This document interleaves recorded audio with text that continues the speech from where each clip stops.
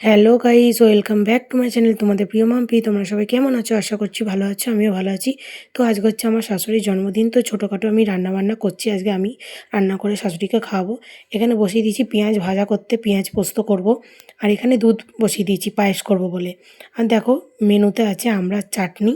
Normally করেছি, শাশুড়ি বলছিল করতেন, আমি করেছি। 5 রকম ভাজা করেছি: বেগুন ভাজা, আলু ভাজা, কুমড়ো ভাজা, পটল ভাজা, কাঁকরোল ভাজা। আর এখানে আছে মুসুর ডাল।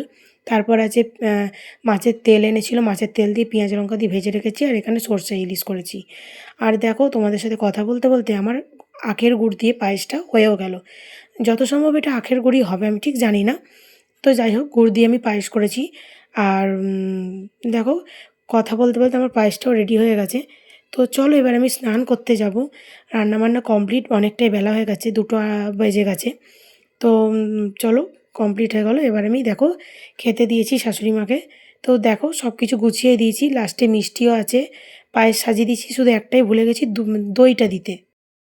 তো বন্ধুরা, খেয়ে দিয়ে উঠে একটু শুয়ে পড়েছিলাম, তো আর দেখানো হয়নি। তো এবার আমি কেক আনতে যাবো। তো চলো কেকটা নিয়ে চলে আসি। তো দেখো, কেকের দোকানে চলে এলাম। একটা চকলেট কেক নিয়েছি, তোমাদের সাথে সেটাও শেয়ার করব। তো দেখো, এই কেকটা নিয়েছি। কেকটা কেমন হয়েছে অবশ্যই কিন্তু কমেন্টস করে জানিও। আর শাশুড়ি মাও কেক কাটছে। তো যদি কিছু আনন্দ দেওয়া যায় তাতে ক্ষতি কী বলো? তো যাই হোক, কেক কাটছে, খুব আনন্দ পেয়েছে, ছোটোখাটোই করেছি। হ্যাঁ, তো এই ভিডিওটা কেমন লাগলো কমেন্টের মাধ্যমে জানিও। আর সবাই ভালো থেকো, সুস্থ থাকবে। আর দেখো, কমপ্লিট। তো বন্ধুরা, এখন অনেকটাই রাত হয়েছে, এবার খাওয়া দাওয়া করবো। তো দেখো কটা বাজে, হ্যাঁ 11টা বাজতে যায়। তো এবার খাওয়া দাওয়া করবো, ভাত বাড়বো।